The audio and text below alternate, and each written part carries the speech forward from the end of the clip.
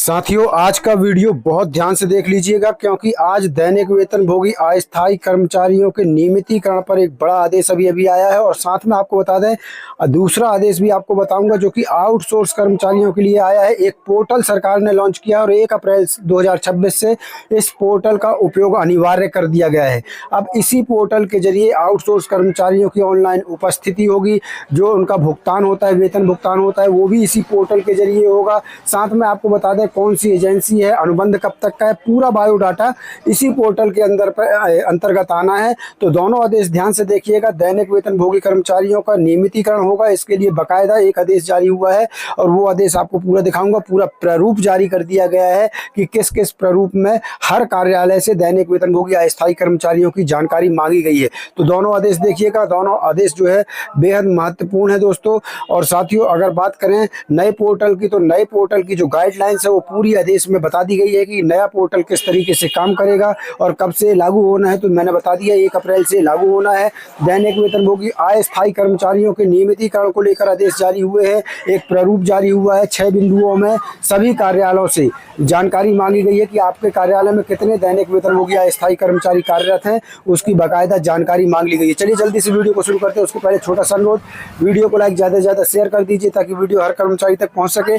अगर चैनल को नहीं किया है सब्सक्राइब, पेज को नहीं किया फॉलो, तो सब्सक्राइब फॉलो जरूर कर लेना ताकि हर नई अपडेट आपको मिल सके। सीधे चलते हैं आदेश की तरफ। तो यहाँ पर देख लीजिए साथियों, ये दोनों आदेश आ रहे हैं मध्य प्रदेश से। जी हाँ, यहाँ पर देख सकते हैं।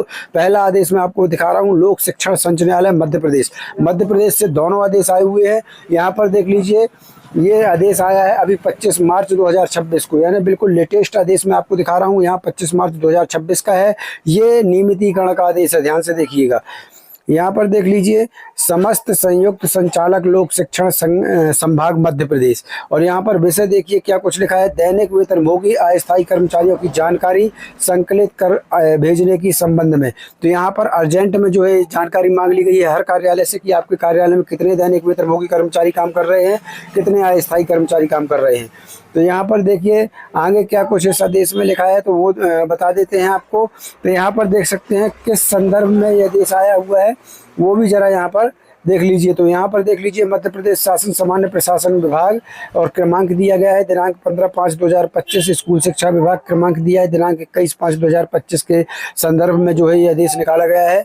इसमें देखिए क्या कुछ लिखा है। उपरोक्त विषय अंतर्गत संदर्भित पत्र के क्रम में लेख है कि सामान्य प्रशासन विभाग के पत्र दिनांक 28 फरवरी 2025 एवं संलग्न प्रपत्र द्वारा दैनिक वेतनभोगी अस्थायी कर्मचारियों की जानकारी संकलित कर भेजने के निर्देश प्राप्त हुए हैं। उक्त संदर्भित पत्रों का अवलोकन करें, जिसमें अवगत कराया गया है कि राज्य सरकार के विभाग एवं इनके नियंत्रण के अधीन सभी स्थानीय और प्राधिकारी नियमानुसार स्वीकृत पदों पर कार्यरत दैनिक वेतनभोगी कर्मचारियों या अस्थायी कर्मचारियों को नियमित करने हेतु विस्तृत निर्देश दिनांक 16/5/2007 को जारी किए गए थे। यहाँ पर एक चीज़ ध्यान रखिएगा कि इस आदेश में स्पष्ट लिखा है कि नियमित करने के लिए, यहाँ पर देख सकते हैं ये लिखा है नियमित करने के लिए जो निर्देश हैं वो 16/5/2007 को जो है जारी कर दिए गए थे। अब इस आदेश में आगे क्या कुछ लिखा है, जो आदेश अभी आया है इसमें देख लीजिए। तो यहाँ देखिए, तदनुसार माननीय उच्च न्यायालय के निर्देशों के परिप्रेक्ष्य में निर्णय लिए जाने से पूर्व आपके विभाग के अंतर्गत कार्यरत दैनिक वेतनभोगी स्थायी कर्मी की जानकारी संदर्भित संलग्न प्रपत्र में अपेक्षित है। अतः लेख है कि आपके विभाग के अंतर्गत समस्त जिला शिक्षा अधिकारियों, समस्त यहाँ देख लीजिए, मतलब आप किसी भी जिले से हों, सभी जिलों के लिए ये आदेश है। आप किसी भी जिले से हों, पूरे मध्य प्रदेश के लिए ये आदेश है। यहाँ पर आप देख लीजिए, विभागाध्यक्ष व अन्य कार्यालयों, जिला कार्यालयों की समस्त स्थापना की जानकारी एकत्रित कर एकजाई रूप से इस विभाग को उपलब्ध करावें ताकि उक्त जानकारी एकत्रित कर प्रशासकीय विभाग को भेजा जा सके। और यहाँ पर एक चीज़ आखिरी में लिखिए साथियों कि आपके द्वारा भेजी गई जानकारी ही मान्य होगी, यानी जो विभाग, जो आपका लोकल कार्यालय है, वो जो जानकारी भेजेगा भोपाल को, वही जानकारी मान्य होगी। तो ये बहुत बड़ा आदेश है नियमितीकरण की तरफ। यहाँ पर देखिए, यहाँ पर मैं आपको बता दूं, यहाँ पर पूरा प्रपत्र इस आदेश के साथ जारी कर दिया गया है। यहाँ पर देख सकते हैं विभाग में कार्यरत दैनिक वेतनभोगी अस्थायी कर्मचारियों की जानकारी तो किस तरीके से जाएगी। यहाँ पर देखिए विभाग के नाम पर खाली स्थान छूटा है ताकि हर विभाग का, यहाँ पर हर कार्यालय का यहाँ पर नाम लिखा जा सके। तो यहाँ पर ये सभी जिलों के लिए है। यहाँ पर देख लीजिए। अब चलिए मैं आपको बता दूं, तो यहाँ देखिए कुल यहाँ पर 6 कॉलम दिए गए हैं जिसमें जानकारी मांगी गई है। पहला तो क्रमांक है, यहाँ पर आप देख सकते हैं, फिर कार्यालय का नाम, किस कार्यालय से जानकारी जा रही है, फिर कर्मचारी कौन से पद पर काम कर रहा है, पद नाम, विभाग में कार्यरत कुल दैनिक वेतन भोगी अस्थायी कर्मचारियों की संख्या। और यहाँ पर देखिए अगले कॉलम में क्या बताया गया है, यहाँ पर देख सकते हैं कि कॉलम 4 में से 1/1/2025 की स्थिति में विगत 10 वर्षों की अवधि से निरंतर कार्यरत दैनिक वेतनभोगी अस्थायी कर्मियों की संख्या, यानी 10 वर्षों की सेवा किस कर्मचारी ने पूरी कर लिया उसकी जानकारी इस कॉलम में रहेगी। यहाँ पर देखिए अगला क्या कॉलम है, अगला कॉलम है कॉलम 5 में से परिपत्र दिनांक 16/5/2007 में उल्लेखित निर्देशों के अंतर्गत वर्तमान स्थिति में नियमितीकरण हेतु पात्र दैनिक वेतनभोगी या अस्थायी कर्मचारियों की संख्या, मतलब जो 16/5/2007 के जो निर्देश थे उस निर्देश के हिसाब से कितने कर्मचारी आपके कार्यालय में नियमितीकरण के लिए पात्र हैं उन कर्मचारियों की संख्या इस कॉलम में रहेगी। तो ये बहुत बड़ा आदेश है। यहाँ पर देखिए इसी आदेश को साथियों, ये आदेश जो जारी हुआ था, यहाँ पर देख सकते हैं 25/3, यहाँ पर देख लीजिए 25/3/2026 को जारी हुआ था। और फिर इस आदेश को ये पहला जिला बना है कार्यालय जिला शिक्षा अधिकारी जिला छतरपुर ने 26 मार्च को आगे बढ़ा दिया है, मतलब अपने ज़िले में सभी कार्यालयों में इस आदेश को आगे बढ़ा दिया है। और यहाँ पर पूरी गाइडलाइंस जो आदेश में है वो गाइडलाइंस यहाँ पर बता दी है। अभी आपको इसी प्रकार के आदेश हर एक जिला शिक्षा अधिकारी जो है अपने पूरे ज़िले में आगे बढ़ाएगा, अपने विभाग में आगे बढ़ाएगा। तो यहाँ पर बता दें स्कूल शिक्षा विभाग का ये बहुत बड़ा आदेश है जहाँ पर दैनिक वेतनभोगी अस्थायी कर्मचारी जो है वो नियमितीकरण की तरफ ये बहुत बड़ा एक आदेश जो है वो आ चुका है, यहाँ पर आप देख सकते हैं। तो साथियों अब मैं आप बात करूंगा दूसरे आदेश की, तो दूसरा बड़ा आदेश आया हुआ है, यहाँ देख लीजिए मध्य प्रदेश शासन वित्त विभाग का ये सबसे बड़ा आदेश है। मध्य प्रदेश शासन वित्त विभाग भोपाल, दिनांक यहाँ नहीं डली है तो बिल्कुल मत टेंशन लीजिए क्योंकि दिनांक इसी आदेश के मैं लास्ट में दिखा दूंगा क्योंकि ये डिजिटल साइनेड वाला आदेश है, डिजिटल साइन है इस आदेश में। जी हाँ दोस्तों 28 मार्च को ये आदेश जारी हुआ है। यहाँ पर मैं अभी आदेश के लास्ट में आपको दिनांक भी दिखला दूंगा। ये आदेश 100% बिल्कुल सच है, इसमें कहीं कोई संशय नहीं है। तो चलिए यहाँ पर देख लीजिए, यहाँ पर स्पष्ट लिखा है शासन के समस्त विभाग, यानी आप किसी भी जिले से हों, किसी भी विभाग से हों, सभी विभागों के लिए, सभी जिलों के लिए ये आदेश है। शासन के समस्त विभाग स्पष्ट लिखा है, अध्यक्ष राजस्व मंडल ग्वालियर, समस्त संभागीय आयुक्त यानी सभी संभाग, समस्त विभागाध्यक्ष, समस्त जिलाध्यक्ष मध्य प्रदेश यानी पूरे मध्य प्रदेश के सभी विभागों के लिए ये आदेश जो है जारी हुआ है। यहाँ पर देखिए विषय क्या कुछ इस आदेश में लिखा गया है, शासकीय विभागों में आउटसोर्सिंग से सेवाएं प्राप्त किए जाने के लिए विभिन्न निजी शासकीय एजेंसीज के नियोजन, अनुबंध, प्रबंधन एवं समग्र प्रशासनिक नियंत्रण हेतु पोर्टल के अनिवार्य उपयोग के संबंध में। यहाँ पर देखिए यहाँ पर जो नया पोर्टल चालू हो रहा है हमारे आउटसोर्स कर्मचारी भाइयों के लिए, उसका नाम है ROAMS पोर्टल। ये नया पोर्टल जो है लॉन्च करने जा रही है सरकार और 1 अप्रैल 2026 से लागू हो जाएगा और अनिवार्य भी इसको कर दिया गया है। यहाँ देखिए किस संदर्भ में आदेश आया है, तो वित्त विभाग के परिपत्र क्रमांक दिनांक 22/12/2025 के संदर्भ में वित्त विभाग का ये बड़ा आदेश है। यहाँ देखिए नया पोर्टल लॉन्च हो रहा है 1 अप्रैल से। राज्य शासन के विभिन्न विभागों द्वारा समय समय पर निजी शासकीय एजेंसियों के माध्यम से आउटसोर्सिंग पर सेवाएं प्राप्त की जा रही हैं। निजी शासकीय एजेंसी के माध्यम से विशिष्ट श्रेणी कार्य हेतु ली जाने वाली सेवाओं की कार्य आवश्यकता की दृष्टिगत सक्षम स्तर से स्वीकृति प्राप्त की जाती है।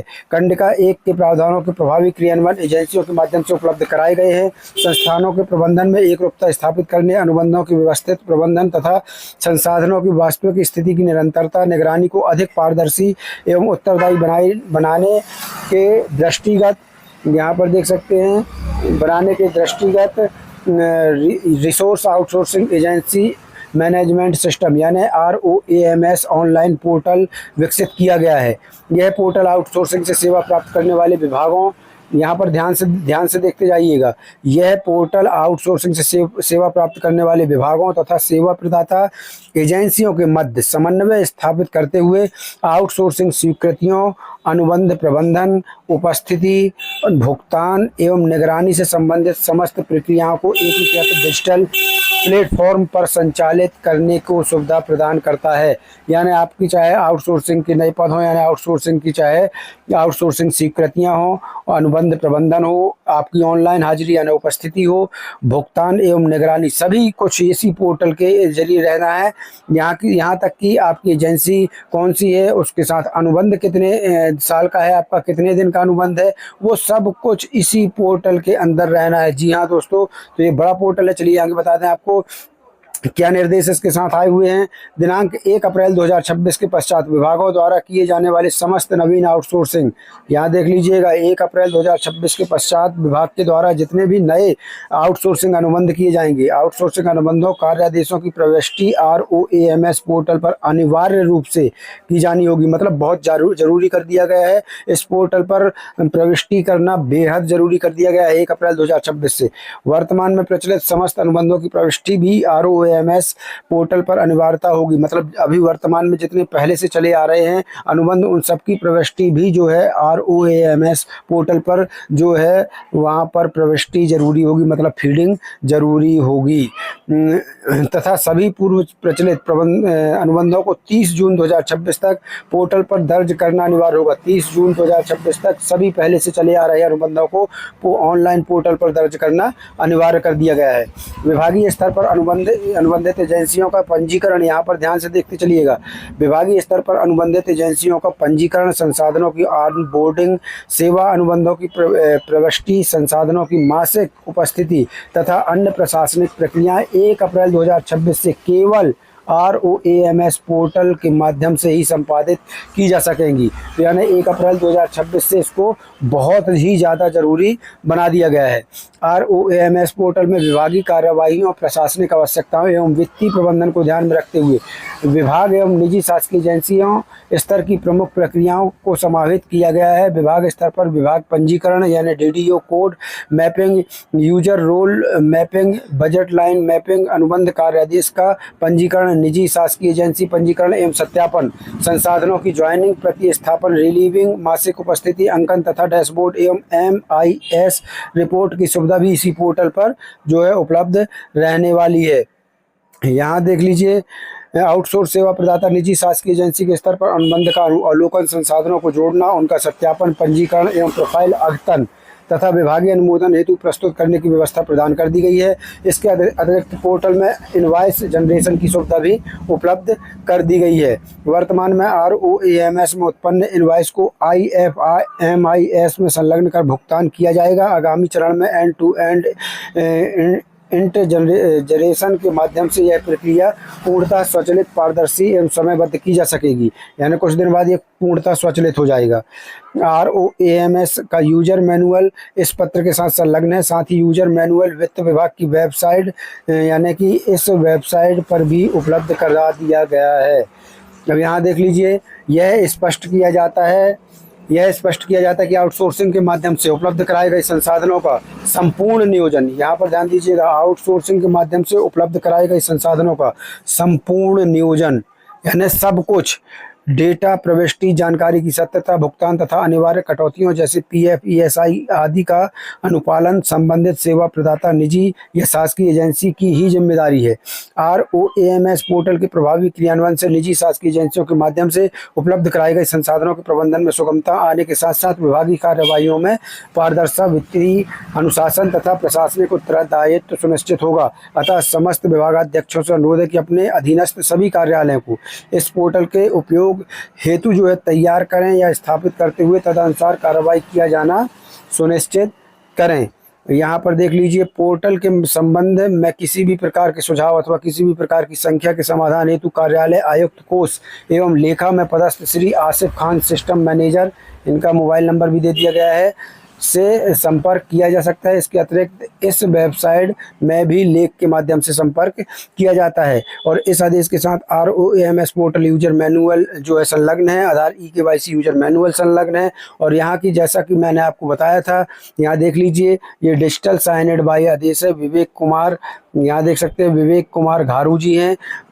यहाँ पर आप स्पष्ट देख लीजिएगा ज़रा, यहाँ पर देख सकते हैं मध्य प्रदेश के राज्यपाल के नाम से तथा आदेशानुसार digital signed bye Vivek Kumar घारू उप सचिव हैं ये, मध्य प्रदेश शासन वित्त विभाग। दिनांक पर सबका ध्यान रहता है, तो दिनांक यहाँ देख लीजिए 28 मार्च 2026 का ये आदेश है। यहाँ पर आप दिनांक देख सकते हैं, डिजिटल साइनेड वाला आदेश है, जैसा कि मैंने बताया था। यहाँ पर भी देख लीजिए, समस्त विभागों को ये आदेश फॉरवर्ड कर दिया गया है, यहाँ देख सकते हैं। और यहाँ पर भी दस्तखत आपको अभिषेक चौहान जी यहाँ पर सचिव हैं मध्य प्रदेश शासन वित्त विभाग के, उनके भी डिजिटल साइनेड यहाँ पर हैं अभिषेक चौहान जी के। और ये भी जो है 28 मार्च 2026 के ही साइन है। तो यहाँ पर 28 मार्च 2026 का ये आदेश आपको मैं दिखा रहा हूँ। तो साथियों, आज के लिए बस इतना ही। मिलते हैं नई वीडियो के साथ, नई जानकारी के साथ। तब तक के लिए धन्यवाद। जय भारत, जय हिंद।